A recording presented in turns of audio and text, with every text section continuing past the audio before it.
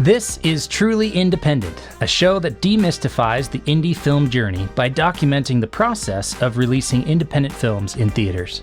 Each week, Garrett Batty and I, Darren Smith, will update you on our journey, bringing guests to share their insights into the process and answer your questions.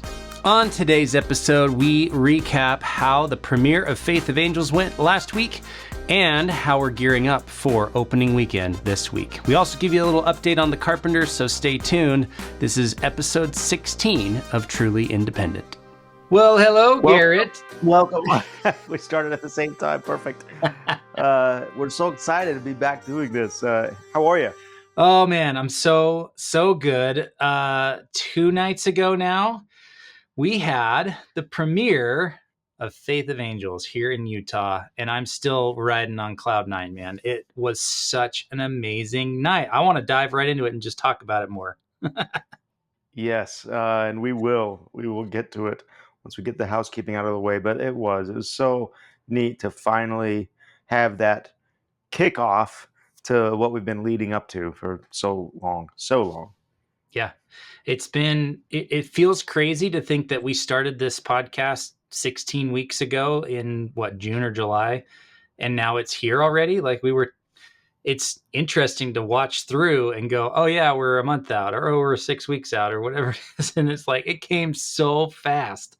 So if you ever do this yourselves, listener, make sure you give yourself plenty of time, because you never have enough. Yeah, 100%. Okay, what we are, let's see, we're recording this September Wednesday, the 11th, and so we do have a couple of weekend box offices to look at, because we haven't done that for a little bit. This last weekend was Beetlejuice opening weekend. Is that right? Yeah, coming out the gate hot, $111 million on 4,500 screens. I believe I read somewhere that it was like the largest release ever. Like 4,500 screens, 4,575 is how many theaters screened Beetlejuice. And that is insane. Like, that's every theater, basically. Congrats to them. They had a $24,000 per screen average. Yeah. On that many screens, you're going to get that number, 111 million. Yeah. Pretty amazing.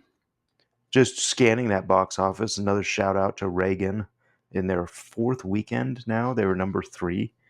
So that film has some legs. They're still on 2,700 screens. They did another almost 5 million that weekend to bring their total 18 million.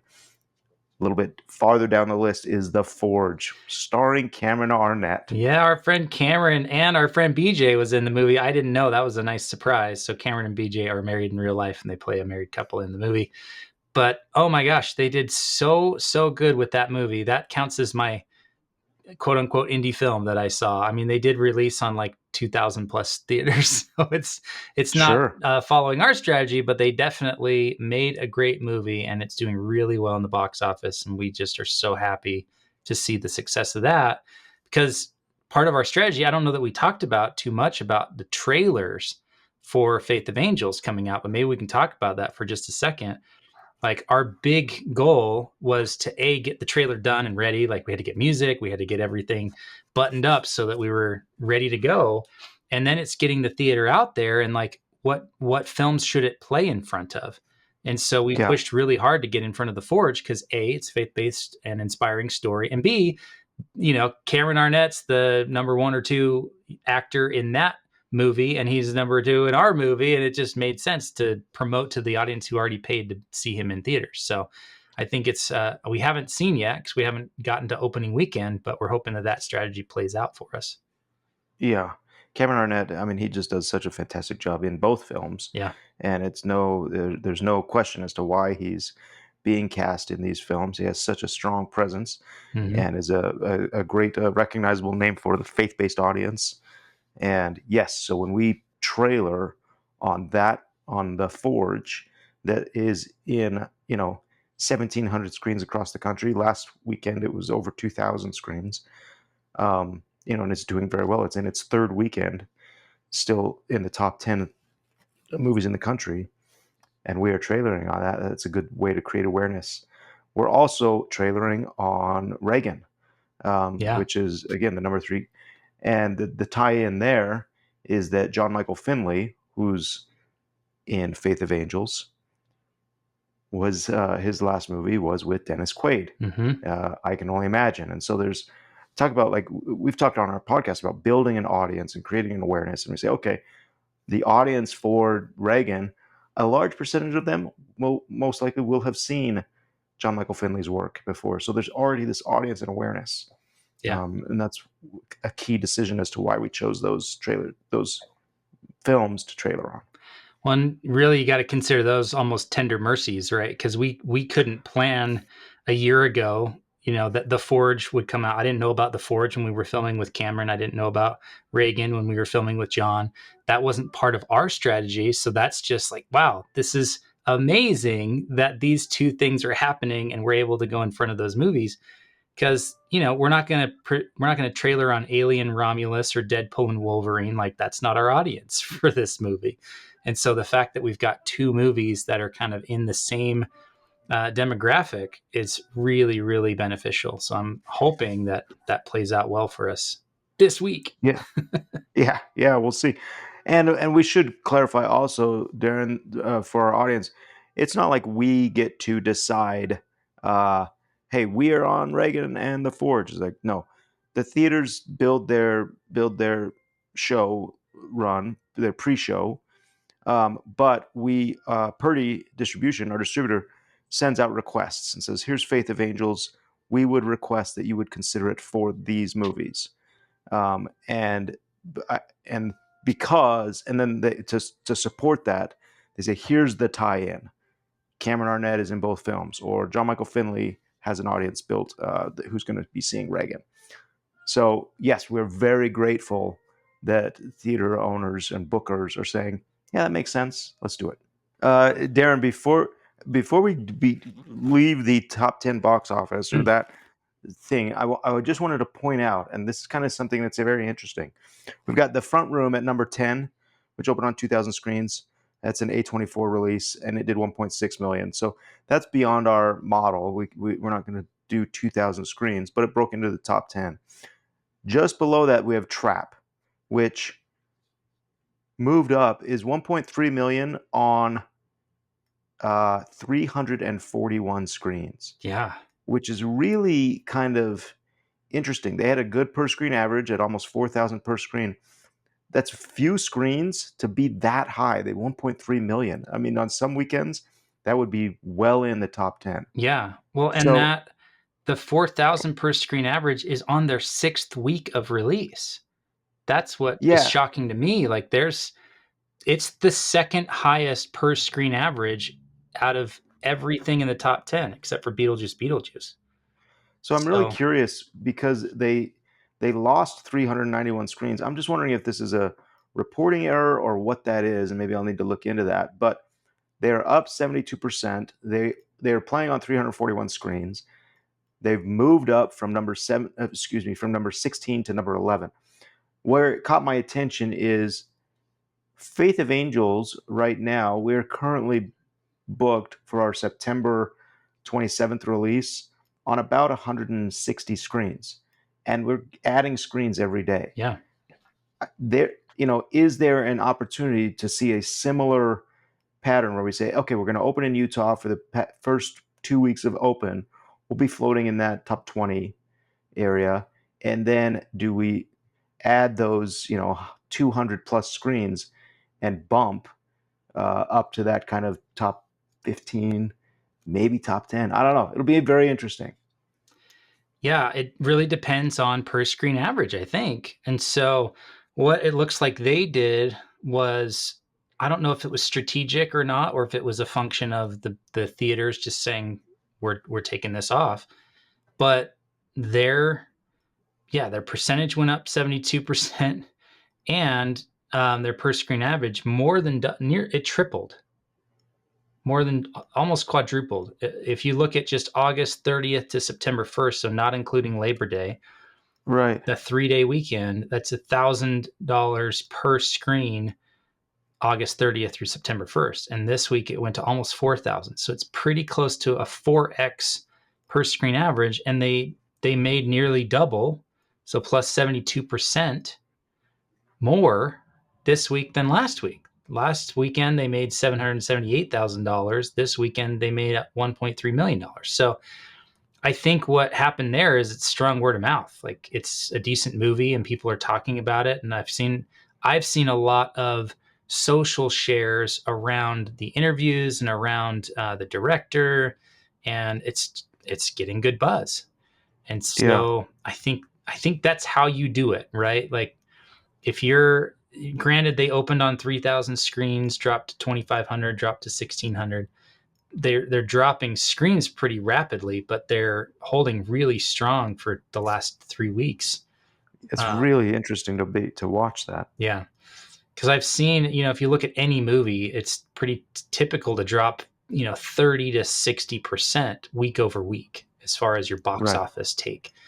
right. Independent of how many theaters and stuff are carrying it. So to go up in week 6, that's exciting. Like, who knows what happens with our movie, because there could be more demand after week 3 or after week 5 when more and more reviews come in and more word of mouth is happening. And Yeah, a lot of that's out of our hands, right? yeah, for sure. And I didn't mean to get off into the weeds in that. No, I It's love just it. something I noticed and thought, okay, is there a model error, a clerical error, or what's going on? But it does kind of relate to what we're doing. Okay, so Hey, indie filmmakers and movie lovers. This show is sponsored by Purdy Distribution.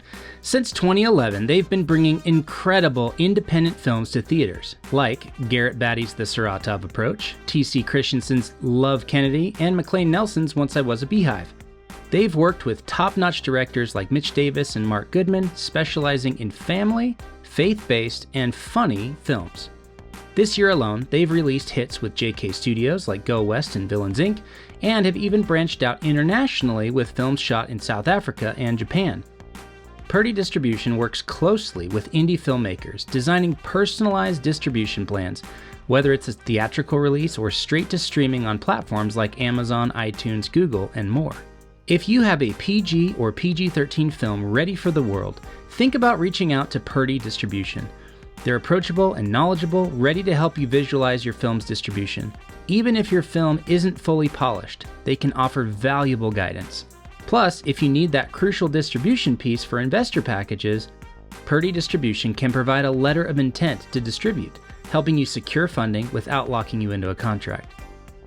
Mark your calendars for Purdy Distribution's upcoming releases: Tokyo Cowboy on August 30th, the digital release of Thabo and the Rhino Case on September 1st, Faith of Angels in theaters on September 12th, Villains Inc. on Amazon and iTunes on October 1st, and The Carpenter on November 1st. To stay updated on these releases and more, sign up for their newsletter at purdydistribution.com. That's P-U-R-D-I-E distribution.com. Now, back to the show. we've had our premiere. We're going to talk about what went right at the premiere, what areas we could improve, and just the general overall takeaways. Yeah, gosh. I mean, if you see any of our posts online, you can see the smiles on our face. We were living it up. It was a dream come true to be a producer on a movie that premiered legitimately, like in the theater and it was a big theater with a big screen. We had 561 seats in that theater. We sold it out. So I think we did a lot right, starting with the fact that we hired Michelle Moore and her PR team to run the premiere for us. Like, I didn't do a lot when it came to the logistics of the premiere. I showed up, I looked pretty, I held a microphone for a few minutes, and I watched the movie. Like, I didn't have to do a lot. So I think that's key. A key thing that I think we did right was to hire someone to do it, because the last thing I want to be doing on premiere night when my family's there and my friends are there is, oh, sorry, I got to go check on something, or, oh, I got to go move this table and the red carpet and these stanchions over here while the movie's playing. No, I want to be in there enjoying it with everybody else. So that was, for me, that's like number one top thing that we did right. Yeah, and I think that there was a lot of prep on that as well, like sitting with Michelle, describing very clearly, just like a producer would do, like we would do with a crew member, and say, "Here's our expectations. Are you able to pull this off?" And knowing Michelle, she certainly pulled it off with spades and just completely delivered. but I think she had a very clear understanding of what we wanted and what we expected, and what we needed. And she was also very helpful on saying, "Hey, here are some ideas that have worked in past premieres." Our premiere was Monday night, and I think Thursday, the week prior, we sat with Michelle and did a full kind of a show run through and say, "Look, the movie starts at 7 o'clock. Great. What happens in that 6 to 7 hour?" And even to the point where we said, "Who are our cast that are going to be attending, and how can we?" Maximize their presence there. So yes, there's a red carpet, but each one had kind of a time to be interviewed by some social media cameras, some theater, exhibitor cameras, our still photographer, and then they move on and do a meet and greet with people. And so walking through step by step and building that somewhat extensive calendar helped, or schedule or event agenda helped that event go smoothly. Yeah, that was really nice to just know, okay, I got to be there at 6. I got to be at this time and place at 7. I got to do this after the movie. And I just knew where I needed to be. And I didn't have to be reminded. I didn't need to be dragged. I didn't need to remember. I was just like, I was there. It was really, really, really smooth.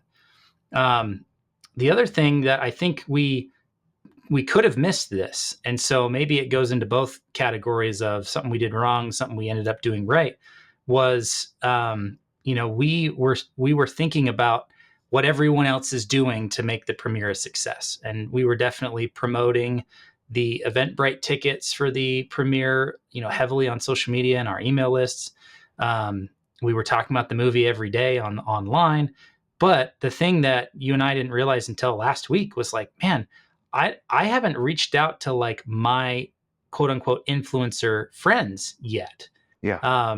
Because we have people for that, right? Like in my mind, I was like, oh, Michelle and Kurt, and we have people that are doing that for us. It's like, wait a minute. Well, why wouldn't I invite my friends from Neon Trees and Imagine Dragons? Well, Imagine Dragons on tour. I didn't invite any of that. But like I have actor friends and musician friends and business friends here in the community that I'm like, I haven't told any of them directly. I've just hoped that they would find out online. So going through and putting down a list of 50, 60 people and then texting them a direct invite from me led to a lot of tickets and a lot of people coming, but also a lot of great exposure for the movie because they're there with their significant others and their family, and they're taking photos and they're promoting the movie for us. So we almost missed that one, Garrett. Yeah, I agree. That was, I was sitting there with you on Thursday going, "Hey, why aren't we, where's so and so on this list? Where's so and so on this list?" And thinking, "Oh, those are our personal contacts." And I had the same experience. And I would even encourage, and I was reminded, the thought was, I have a lot of friends that I know won't be able to make it, but still like reaching out to them, saying, "Hey, I'd love for you to attend the premiere. It's, this week," and inviting them. I've got, I found some surprises, like some actually did come. I reached out to, Bart Johnson, who's from High School Musical, and he was in Saratov Approach. He lives in LA. I reached out to him and his brother, Adam Johnson, said, "Hey, we'd love to have you guys at the premiere. We've got, let me know. We've got some tickets for you." They happen to be in town, and they happen to come to the premiere. Now we've got some great footage of Bart Johnson inviting, and promoting the movie. Yeah. And I got a friend who's an executive at Warner Brothers, a former executive at Warner Brothers. Reached out to him. He lives in LA. Same thing. I said, "Hey, we'd love to have you at the premiere. It's this night, and we're very excited about it." He responded, obviously, saying, "Hey, thanks for the invite. I'm out of town, but I've got a contact here that might want to know about the movie." And so just that personal invite led to, potential PR stories, even though he wasn't able to attend. Yeah, super smart. So yeah, if you're following along with this whole time, yes, use your team, but also make sure you're maximizing what you can do. That is key. I think we probably ended up with an extra 50 or 60 people that came because of your and my and our distributors' direct outreach to quote unquote influencers, people that have audiences, people that it's cool to go to a premiere and see quote unquote famous people, right? You want to be like, "Oh, this is special. This is different. This is unique. I feel really cool that I'm here." And that was really the atmosphere we had. And gosh, was it fun because, I've loved Kirby forever. I worked on Singles Second Ward. I watched Singles Ward when I was at college. So like he's been part of my adult life, like my whole adult life. And so to work with Kirby was a dream. But then to be able to, as a producer and a friend of Kirby's, say, hey, can you come over here real quick? I just want to introduce you to my bishop or my friend from, 20 years ago who's liked you for a long time. Like I was able Yeah. to do that, which made it special for me, special for my friends and family. And like just the fact that that's part of the experience was so fun that it's not just Kirby's here. It's like, oh, we know the guy that knows Kirby. And that's so cool because now we're cool too. Well, yeah. I mean, yeah, it is fun to see those actors, Kirby and John Michael Finley and Jason Wade and Charlotte Hemmings, and so these actors who have done this so many times before. Really, that's part of their skill set. Like they know how to. I hate the term work a crowd, but they know how to. I mean, genuinely meet people and engage in conversation and pose with the pictures and navigate. Who they need to talk to, and that's part of their skill set. And to be able to watch them do that is, I'm in awe of what they can do. Yeah. I would quickly put that into the category of what we did well was we casted really great people, not just talented actors, but really genuinely nice, friendly, humble, grateful people. And we never once, I haven't heard about anything at least, like had any issues or had anybody go, well, I need special treatment or I need this certain kind of water or green M&Ms in the Yeah, green room. Like they were all just there to support the movie and we all got to celebrate it together. It was so, so cool to have such a great group there. yeah, I agree. Darren, so for the event then, so as a filmmaker, we say, okay, I got a premiere and I booked the theater. Okay, now I'm going through if we're taking notes and doing, learning from what we've learned. Um, and I'll say this preemptively because we've got a number of different events coming up in October for The Carpenter, which opens in theaters across the country November 1st.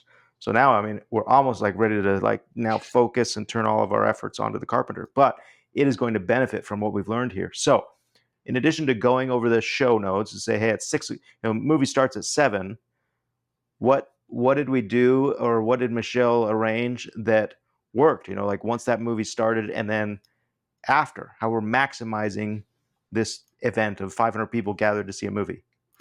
Yeah, for run of show specifically, Michelle had a team of like 6 people that were helping move things around while we were watching the film. So we started in one area of the theater right by the entrance, and that's where kind of our red carpet camera interview setup was, really for the actors and to get interviews, to get all of those sound bites and pictures there. And then the movie started, and their whole team moved everything from the front to just outside the theater. And part of it is just her Just understanding outside of, the auditorium. yeah, the Yeah. auditorium. Sorry. You're good. Part of it's her understanding of the people that work there because she's done events there before, understanding the flow, understanding like what's right and wrong to do or to expect so that we're not taking over the whole theater and causing an issue for everyone that's there to see other movies. It was really, really well done. So they moved everything over, and then we had this great long line of, it felt like everybody who was at the theater went through the picture line to take pictures with the actors and get signed posters. So So having a team, key. yeah, and I think that just the logistics of managing that crowd. We knew that, look, there is going to be at the end of a premiere, you've got 500 people there. A number of those audience members are going to want to stay to meet the people that meet the cast. That's why they show up. And so Michelle and her team logistically figured that out and said, look, we'll have the photo wall, we'll have the 2 or 3 leads from the film at the photo wall. Well, and then the additional cast was seated at tables. She had about 8 places set, and they were signing posters. Now, if I'm an audience member, I want everybody's signature on that poster. And so the 2 that were on the photo wall, she had, when they arrived early, they pre-signed the posters so that whoever's going through that line to have their poster signed already had a poster with the 2 leads signatures.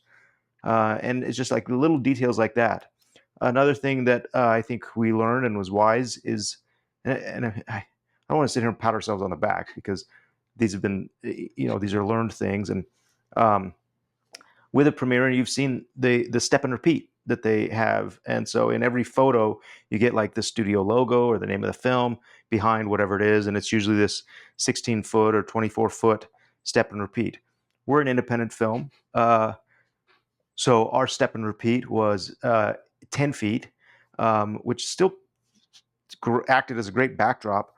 But we also said, look, we need the movie to be promoted in every photo. So our step and repeat, rather than just studio logos, we essentially did a billboard and made it a 8 foot by 10 foot billboard. So every photo has some sort of like recognizable imagery from the film in it.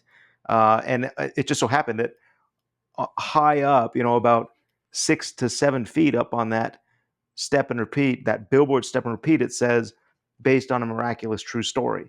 And so you're getting all of the social media photos, or Mhm. we had a professional photographer there taking, and they might be standing in front of, the main body of the photograph, but you always get some sort of branding for the movie. And it's been fun to see that on social media. Yeah, it's got in theaters now, Miraculous True Story. You've got Right. John and Cameron Big Head right behind the people. Like whatever angle people were taking the photos at, it worked really well. And I think that was the right call, because yeah, if it had Purdy Distribution and Kappa Studios and Heartstrings, like we love those companies and the people we get to work with on this movie, that doesn't mean anything necessarily for a social media audience. So yes, I think that was a really smart decision on your part to say, this isn't a step and repeat, it's a billboard. Treat it like that. And then they redesigned it perfectly. Well, and that was kind of a group decision. But what's nice is that when we left, guess what's still there is our step and repeat, but it's acting as a billboard now, and it's right next to like the Deadpool big cardboard cutouts. There's our Faith of Angels 10-foot um, billboard sitting in the lobby of the theater. Yeah, makes it feel like a much bigger movie, because it's a bigger poster than Deadpool and Wolverine, and people are going to go, What's this movie? Okay, I got to check that out." So yeah, it all works in our benefit. I think another smart thing is to realize that like um, there were points along the way that we said, hey, do we want to add other theaters? Do we want to sell more tickets? Do we want to add extra Mm. theaters? And I go back to what I've talked about on this podcast before of like, you want to be oversubscribed. It would have been really sad if we had a full theater with 560 people and then a second theater with 30 people out of Yeah. a room that holds 200 or something. That wouldn't have been a great experience for them. They wouldn't have been in the same room as the cast and crew and the people who this story was about. So I think it was really important to limit and say, no, we're going to be all in the same room. It's a big theater. We're going to have a lot of people there, but we're not going to oversell this thing, because that's not the right experience. That's not the experience we want people to have. And I've definitely been to premieres where they had 2-3 theaters going at the same time. And Yeah. if you're not in the cool room, then you feel like left out. And that's not a great experience at a premiere. So I think we did that right as well. Yeah, that's a good note. I've seen that work in some cases where, yes, you've got 2 or 3 theaters, and there is usually the main theater that's kind of the kickoff, and you've got everybody in there. And it's worked when they've staggered that. So we say, look, this theater starts at 7, and everybody gets seated, and then there's that 10-minute intro, which I want to get into what that is. And then after you give the intro to the film, movie starts, and then those that were giving that intro move to the next auditorium, and they Mhm. start at 7:15. So it's a little bit of a staggered thing, and it works because auditorium B still gets that invite and that presence. You do have to make sure that there's still some um, I don't want to say status, but influencer or celebrity in auditorium B and whatever it is C, to make sure that if I'm just a regular moviegoer and I bought a ticket to the premiere, that I still get to feel like I'm not missing out. But yeah, I mean, we opted to just go one big theater, and I think it worked out. Kurt, our social media influencer, reached out to me after the premiere and suggested that. He said, now that I've seen kind of this cycle, he goes, I wonder if our social media influencer screening should have been in conjunction with the night of the premiere and just done a second auditorium because of the like atmosphere that comes with a red carpet and things like that. That will make for good social media promotions. Yeah. And I thought that was an interesting observation on Kurt. Yeah, I mean, you and I have 50 or 100 people that we know, and half of them responded, and half of those said, yes, I'll be there, and came, right? So out of 150 people we messaged, maybe 30 to 50 showed up. If we are an influencer marketing agency and we can reach 5,000 influencers in Utah, then yeah, sure, have multiple screenings and do all that stuff. But again, it just goes back to the importance of having an audience. Like, the reality of this is we sold out the last tickets the day of the premiere, which was awesome to be able to say we sold it out. But it's not like they sold out the day we announced it, because you and I don't have the kind of audience where we can say we have 500 tickets and there's so much demand that we could sell it out in 24 hours or 5 minutes. That's what we want to get to. Yeah. But that's not this movie, right? I think Carpenter is going to have a different plan because it's not a Utah-based movie. We didn't film it here. It's not starring anyone in Utah. And so trying to replicate the exact same strategy at Megaplex in Thanksgiving Point, Lehi, Utah, I don't think you're going to have the same amount of people show up because they go, well, I don't have any connection to this movie except for Darren and Garrett. So every movie's different. And like you always say, no one's ever released this movie. So you kind of have to do it based on your best guess and your hunch and what feels right. But I do think we did a lot right. And I hope that that's helpful for people to kind of hear how we did it. And obviously, if you're listening to this and you go, well, I want to know more about this, just send us an email and we'll answer it in another episode. Go to what is it? 3coinpro/podcast. Yeah. 3coinpro.com/podcast. Oh, yeah. 3coinpro.com. The link's in the bio or whatever they say. Okay. Then there's the 10 minutes of, hey, it's 7:00. We're ready to start the show. Everybody's in the auditorium. The audience has been seated. And what do we do there? What are the kind of housekeeping, or how does that work? Yeah. Premiere? Well, I'd seen this done in another premiere or screening, and I really liked it because it was natural and it felt really easy, but it got a huge outcome for the movie I saw. So thank you, because I got to kind of MC the night, and that was a really cool experience for me to be able to hold the microphone and welcome everybody and say thank you for being here. We got to recognize, like, you came down and we got to recognize some of the key people that helped us get the movie made, the family, the executive producer, the distributors. But a big part that I think paid off, because I'm seeing it still today, it's 2 days later, I'm still seeing new posts pop up. But one of the things was you had a graphic created that was on screen for the 10 minutes before the movie, 30 minutes before the movie, and during the Q&A after the movie, that had a QR code and it had a call to action, and it was the movie poster essentially. So we had everybody stand up and turn around and take a selfie with them, who they're here with, and the movie, the screen in the background. And all of a sudden we've got, some percentage of the 500 and something people that were there posted on Facebook, Instagram, wherever. And that's free marketing. And if you got influencers there, that's tens of thousands, maybe hundreds of thousands of people that are seeing our movie. And so it was a very strategic, we're going to ask you to take a photo and post it online. And we said, we're an indie movie. We need all the help we can get. And we appreciate you being here. And this is an opportunity for you to kind of show off how good you look and the fact that you got invited, and that's cool for you. And those are things that people like sharing online. And so it was mutually beneficial. And it really, I think, served the movie well to say, it's okay to take a photo and post it online. We actually really want you to do that. So with that, and I think that background is important. It's not, and it's more than just a movie poster. It has those social tags on it, a little bit of a call to action, and then additionally we have a QR code on that as well. So as people are taking a picture, they can scan the QR code. It takes them to the website, or as they're posting it, boom, there pops up that QR code, and people can continue to scan that. You did a great job, Darren. It's important, I think, at a premiere they're there for the movie. They're there to see the celebrities. It's important to remember that our status or our presence is very minimal. Nobody cares about the producer or the director. And so you took on the role as an MC and to do the housekeeping. Hey, thank you for being here. Turn off your phones after you take a picture, and you did that in a very entertain. You have a great MC presence, and then you invited me to talk about just some of the key individuals, pertaining to the film. Recognize the cast and the crew, and the real life uh, people on whom the story is based, and then the executive producer Wayne Ball and others who were influential in making the film. We try to keep that very brief and not make a big ordeal out of it, and then get to the film.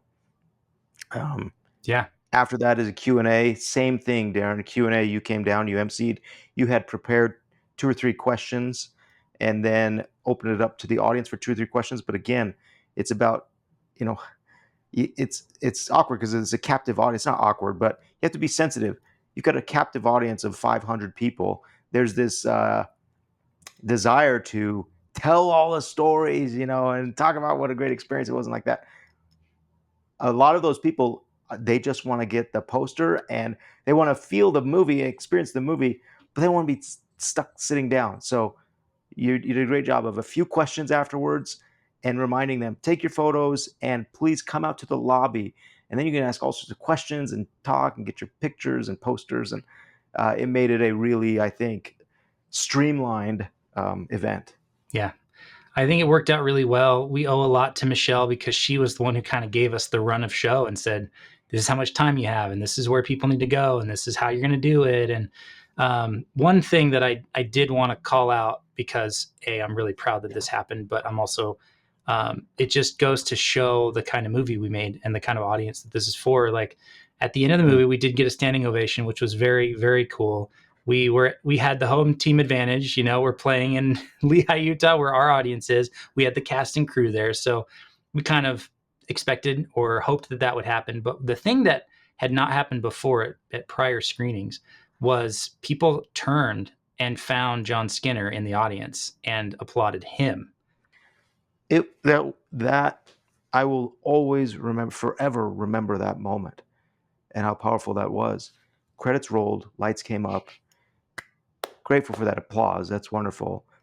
And then you're right, Darren. It was this collective turn of like, thank you, movie. That's cute. And then boom, it was like, there's John Skinner. John and Christine, his wife, Yes, were standing there weeping, like tears in their eyes. And that applause went on for at length. Yeah. It was powerful. It was potent, and it was really, as a filmmaker, why we do this. Like, that's why we want this movie in theaters. Nobody's going to be doing that in their living room. And John and Josh and the Dennis family and the Skinners earned every second of that lengthy applause. It was awesome. Yeah. I got a text from Christine this morning, and she said it was overwhelming in the best way possible, and they'll never forget it as well. Like, I love that because John is such a humble guy and wanted no spotlight or any credit ever, and yet he deserves it. And so I'm really glad that it's happening in this beautiful way where it's not forced. We're not asking people to applaud John. It's just so beautiful. I actually didn't know that's what was happening until someone told me after the fact, because I was kind of down in the corner getting ready to go down and start the Q&A. I was filming it, and so I was watching it on my little 7-inch screen with a bunch of little dots that are clapping, right? I didn't realize that's what was going on, but to hear that was like, oh my gosh, that's the coolest.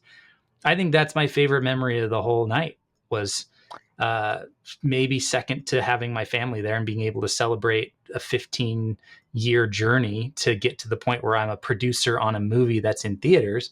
But that is definitely number one or number two as far as most memorable moments from the night. I would concur, though. It was powerful to see that recognition. For me, I think positive memories, certainly being there and seeing that take place, being there with Michael, my son, and seeing him handle the Q&A and the attention. And, it's his first movie where he is lead. And just to share that experience with him was very powerful and memorable. I'm thrilled that Michelle's team brought in a professional photographer. The photos from the premiere are so great, and it's not just the filmmaker running around taking pictures on their iPhone, but it's like legitimate stills that will be used for promoting the movie. Now, I mean, the fallout is that Purdy Distribution the next day is answering, email after email of theater bookers that are saying, "Cool photos," or what, it looked like a cool event. Let's book. Yeah. And so we've gone from on Monday before the premiere, what were we at? Like about 70 theaters. Yeah. And now the list is to 150. So we're doubled, 161. So it's just like, make a splash. Low down on my memory list, and this might be a mistake, is going to taking the family, because we didn't eat anything. Oh. And so we're at 11:30 at night sitting in the drive-through at In-N-Out. I'm still kind of recovering from that. Oh man, wasn't it Paul Giamatti that did that after the Oscars one year? Like, he inspired us. We were all like dressed in our suits and tuxes, and my wife's in her dress, and we're in the drive-through at In-N-Out, and the guy goes, "What are you guys dressed up for?"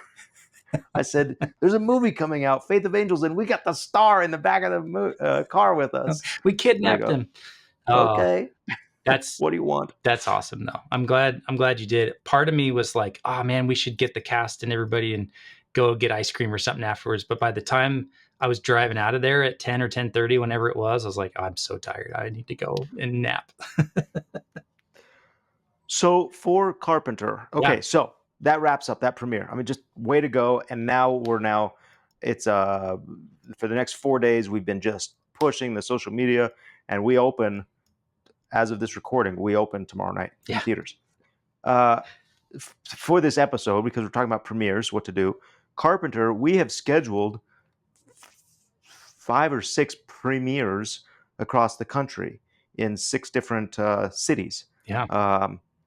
And we're doing those. Those will actually be kind of red carpet gala premieres, not just sneak peek screenings, where we'll bring the cast out, and in key cities like Atlanta and Dallas and Salt Lake and Burbank and one back east, and Arizona, Phoenix.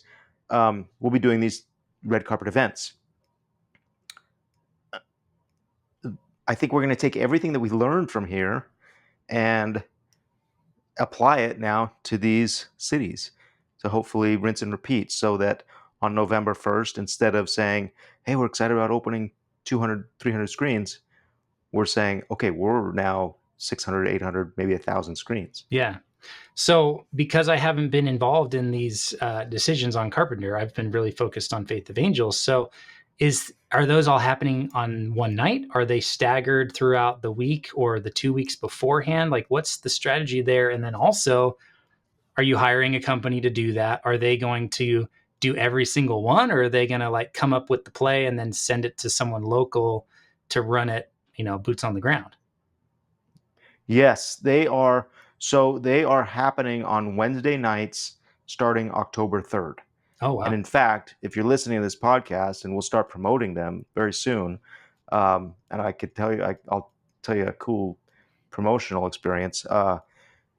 But we'll promote these podcasts, the premieres are happening every Wednesday night in October, starting October 3rd. Wow. In a different city. So go to thecarpenter.com, carpentermovie.com, and you can find out information about these premieres. And these will be ones that, if you're anywhere across the country, if it's coming to your city, you want to book a ticket and go, and you'll meet the cast, and I'll be there, and it'll be a red carpet event. And then, yes, we are using the same. We're going to use Michelle. We'll hire Michelle. I don't say use. We're going to hire Michelle to do the premieres. She knows what has to happen, and so where she's in Salt Lake, she'll handle the Salt Lake one, the Phoenix one, but she will then oversee, either send somebody or oversee whoever is the point person in the key city that we're premiering at. That's awesome. I'm excited for Michelle. I think that's an awesome opportunity. I don't know how many kind of outside of Utah releases she's done, she's the queen of it here, but that's awesome to be able to expand her influence and her reach and her experience that way. But yeah, that's really I cool to say, it's that movie, we need to be clear, like it has a different strategy and a different budget for the distribution of the Carpenter than we do for Faith of Angels. So there are going to be some things that are different. And one of those is you've got more lead up time. Like you can afford a longer lead up to the movie, whereas ours has really been kind of like maybe doubling every week the last 3 weeks or so. Like we couldn't start 3 months out because if we started spending on ads and doing promos and stuff like that, there wouldn't be enough to last us for 3 months of marketing. So we kind of had to condense it all into 2 weeks. Whereas the Carpenter can benefit from a 6-week run up because there's more kind of gunpowder in there, right? So that's going to be exciting to see as well. We certainly don't have the budget of Beetlejuice or any of these big studio releases, but that's okay. We can still have a high per screen average and make the top 10, and that's pretty great as an indie. Yeah. I think Kenny and Cam, those are the executive producers, the Krebs family, are certainly aware of that. And you're right. While the budget is not Beetlejuice, they know that it is going to cost to be bigger than a regular indie release. We are releasing on 600 plus screens. That's been the goal. The goal is to 600 plus screens, break into the top 10. In order to do that, we have to make a lot of noise, leading up into that. Yeah. One of the things I will say real quick is that we just found out that they are partnering, or I don't know yet legally how I'm supposed to phrase it, but you'll see key ads and key support from UFC, which again is a great tie-in. They're going, okay, this is a fight movie, and it takes place in Nazareth. It's Christian faith-based stuff, but it's one of its primary audiences is this kind of macho fight type of audience, a UFC audience, MMA. And so they reached out. Our publicist through Film Frog reached out to UFC, said, "Hey," showed them the movie. They were very intrigued because Carpenter, the movie itself, has a really intriguing premise. And they said, "Okay, we've never seen anything like this before," which is the reaction we always get. Yes, we want to be a part of this. How can we, let's make something happen. And so October 4th, we're going to be at an MMA fight, like ringside. Oh my gosh. And then you'll start to see it on pay-per-views. For anybody that pay-per-views UFC fights in October, they'll see the Carpenter being promoted. So you're going to get Cam in costume from the movie at the UFC fight? Is that? Well, whatever gets the eyeballs. No one will recognize it because it's not a Deadpool or a comic character, but that's okay. Well, and let's back up a second too and say, well, that's something we have been doing right on Faith of Angels, because we partnered with NASAR, the National Association of Search and Rescue, with our Pay It Forward, our Help Them See gifting program, which we set up on our own, which is another thing we could probably do a whole episode on. But like this idea of, if you just watched the movie, you can scan a QR code, go to a page and gift a ticket to someone else to go see the movie who maybe couldn't afford it or wouldn't have an opportunity otherwise. So these kind of strategic partnerships, that's tens of thousands of people that we can reach through NASAR, all these different search and rescue organizations that they're connected to. It didn't cost us anything, right? And so it's this great opportunity to expand our reach and have a greater impact without it affecting our marketing budget. And so being able to partner with someone like UFC, which has a massive reach, you're talking tens of millions of people who are familiar with the brand, who watch their programming, who will see their marketing. That's massive. I mean, that alone probably puts you in the top 10 in the opening weekend. Congrats. It's about coming up with creative ideas and then being able to execute that. And I think Film Frog is an ideal partner to do that with. Yeah. Awesome. I've been so happy with that team. The fact that they can spit out like any idea that we have the same day. I probably shouldn't promote that because they're gonna be like, stop telling people we do same day stuff. But like their turnaround and the quality of the work that they do and their confidence in the plan that they're running, it makes it so I can sleep well at night. I'm not thinking what more should we be doing because I know that they've got it. So having a team helps for sure. Darren, what a great podcast, great information. What's our wrap up? I know we're according to Alan, we're not supposed to say in conclusion. Well, as we end today, no, you know, I've said this 2 or 3 times in the last few days because everybody's like, you must be tired, you must be worn out, you must be exhausted. I'm like, yeah, I'm getting there. I do make sure that I sleep every night because I want to be available to work the next day. If I stayed up till 2 a.m. every night, I'd burn out. But at some point, I feel attacked right there. I know, sorry. At some point, whether it's this weekend or 2 weeks from now, when it's got the wider release, it's kind of in God's hands.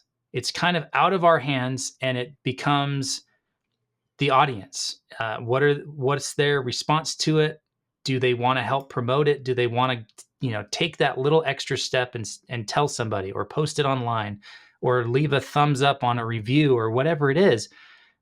Because we're going to run out of marketing budget, and the movie's going to be in as many theaters as it will ever be in. And at that point, it's really out of our hands. We can't manufacture more box office or more reach or more people seeing it from our computers in Utah. And so I'm not sad about that, but like I want to do as much as I can right now so that that's as successful as it possibly can be. But it's this weird kind of floaty feeling of like, it's out of my control at some point. I can't do anything else. So I hope it works.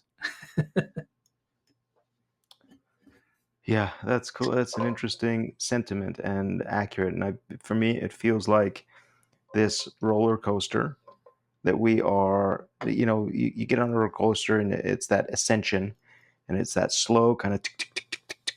And we are now once you get to the top of that crest, there's just that little delay. And I feel like the premiere is you're at the top of the crest and you see what's coming.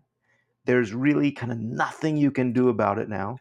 It's going to be a crazy and wild ride, and you know that it'll be over in before you know it. Yeah. And that's kind of what it feels like right now. That okay, just raise your hands up and enjoy the ride. Yeah. There's a lot to do, and then on that kind of on the spiritual side of things, or on the faith-based, because this is a faith-based film. I like where you say yes, it is in God's hands now, and as I reflect back, and you think, 2.5, 3 years ago, this story came into my life, and I became somewhat of a steward of it. I think when I optioned to the story, I was now the steward of this story. And will I be able to look back 2 months from now and go, or I guess next week, when it is out of my hands and delivered to the next steward, which is the audience? How did I handle that? Did I do it okay? Did I listen? Did I pay attention? Did I burn bridges along the way?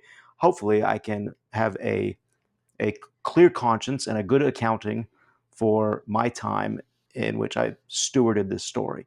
And I say my, meaning, we all participated in it. But you're right. At some point now, we are handing it off.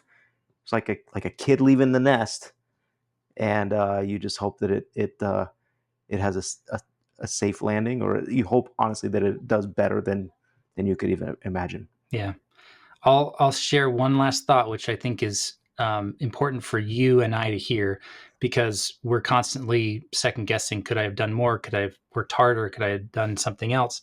But the number of people who have directly or indirectly mentioned the efforts of you and I going out and getting, boots on the ground and manually checking theaters and posting every day and showing up on different media things, like all the work that we're doing is not going unnoticed. And I think for you, from me, like the movie, the story couldn't be in better hands, because I know that there's no one else out that I've ever met that works harder than you do at this job of getting stories out into the world for people to be changed and be made better for having seen them.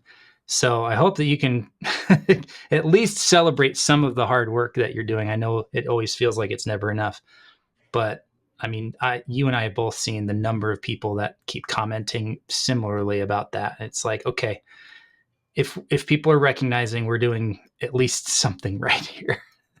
Yeah. We're making memories along the way for sure. Yep. Okay. Well, thank you. That's a good in summary.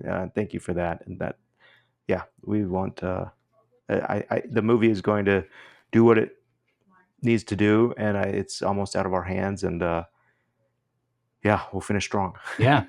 So if you're listening to this and you have not yet gone to see Faith of Angels opening weekend, it will be in theaters near you soon if you're in the United States. And my goodness, please share the podcast, share the movie, tell all your friends. Please go and support the movie. We need everyone to go and see this movie, not just for our sakes, but for your own. It's a really, really good movie, and you will like it. So please go see the movie. Tell your friends. Thanks for listening. Garrett, another good episode. Good chatting with you, man. I'll probably chat with you in 10 minutes. Yeah. Thanks, Darren. All right. Take care. See ya. Thank you for listening to this episode of Truly Independent. To join us on the journey, be notified of new episodes and screenings, and ask us questions about today's episode, head over to 3coinpro.com/podcast and put in your name and an email address. If you're a fan of the show, please leave us a review on your favorite podcast app and be sure to share this episode with a friend. Thanks for listening, and we'll see you next week. Our intro and outro music is Election Time by Kjartan Abel.